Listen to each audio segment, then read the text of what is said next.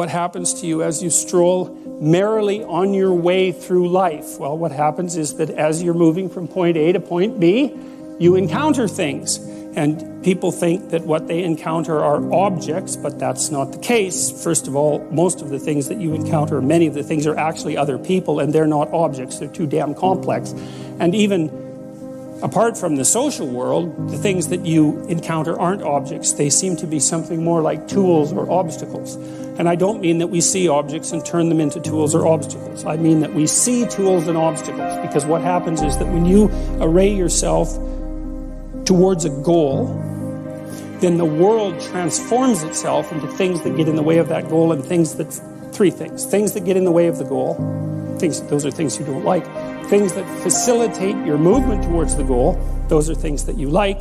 And irrelevant things. And mostly you want irrelevant things, because there's just too damn many things. So the category of irrelevant is one you really like. So most of everything is irrelevant if you have a good plan. A few things are good because they move you forward, and some other things are not so good. You want to go around the not so good things if you can manage them, unless you like to run head forth into like brick walls, which is not particularly, it's a learning experience, but I wouldn't repeat it too many times.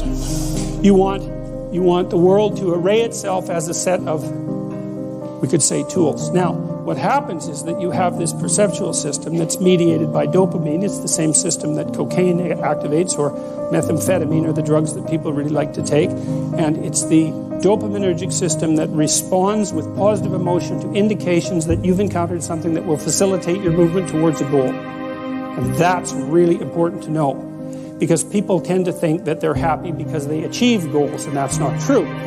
What's true is because as soon as you achieve a goal, then you have a problem, which is what's the next goal. And that's actually a big problem. You encounter that as soon as you graduate from university, for example. That's right. I made this joke before. Graduation day, you're like king of the university hierarchy, undergraduate hierarchy. Day after, you're unemployed potential Starbucks employee, right? So it's like, so obviously the accomplishment per se as a source of reward is problematic, because when you accomplish, you run the frame to its end, and then you have the problem of needing a new frame. So that's a problem. But if what you're encountering instead are things that will move you along your way, it's like, hey, that's great. And that's where you get your positive motivation. And so that's really that's so much worth thinking about. You can think about that for a year, and that wouldn't even be enough to think about it, because here's what it means.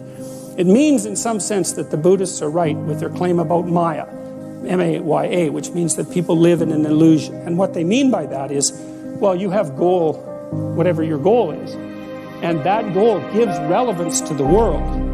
And you could change the relevance of the world in a snap just by changing your goal. You can do that. And so then you think, well, it's sort of an illusion because you can just change it. Now, you don't want to push that line of argumentation too far, because even if the specific point can be changed, the fact that you're in one of these frames cannot be changed. And so you have to be in a frame, although you get to pick the frame. So there's still an absolute there, which is that you have to be in a frame, and that is not a trivial absolute. It's a very major absolute. So then you think, okay, all of your positive emotion is going to be experienced in relationship to the goal. Well, then we think, well, you could use some positive emotion. It's a good thing. Positive emotion inhibits anxiety and disappointment and frustration and pain. It does all that. Technically, it does that. That's why a football player with a broken thumb who wants to score a touchdown can go out there and, play the football game, even though it's kind of an arbitrary goal, right? It's like, really, you're going to go out there and risk your hand to fire a pigskin through some poles? It's like, well, you can say the same sort of cynical thing about most of the things that people do, but you can't say the cynical thing about the fact that they have to do things. So you have a point, you have your aim, you have your ambition, and then that's what turns the world into a potentially positive place. And here's the kicker. This is so cool. The higher the aim, the more the positive emotion.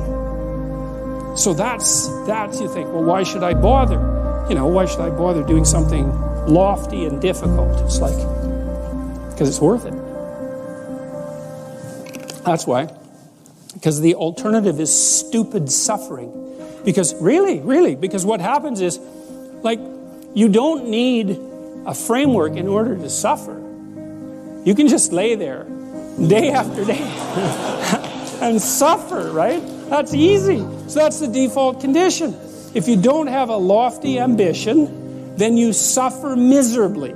And the reason for that is life is really complex, short, finite, full of suffering, and beyond you. And so you can just lay there and think about that, and it's horrible. And so that's not helpful. It's just not useful. And so, people often say life is meaningless. It's like, no, it's not. That's wrong. Because if it was meaningless, that'd be easy. You could just sit there and do nothing, and it wouldn't matter, right? It'd be like you were like a lobotomized sheep. It's just irrelevant. But that isn't what happens. When people say that life has no meaning, that isn't what they mean. What they mean is, I'm suffering stupidly and intensely, and I don't know what to do about it. Well, the suffering is meaningful. It's just not the kind of meaning you want. So how do you get out of that?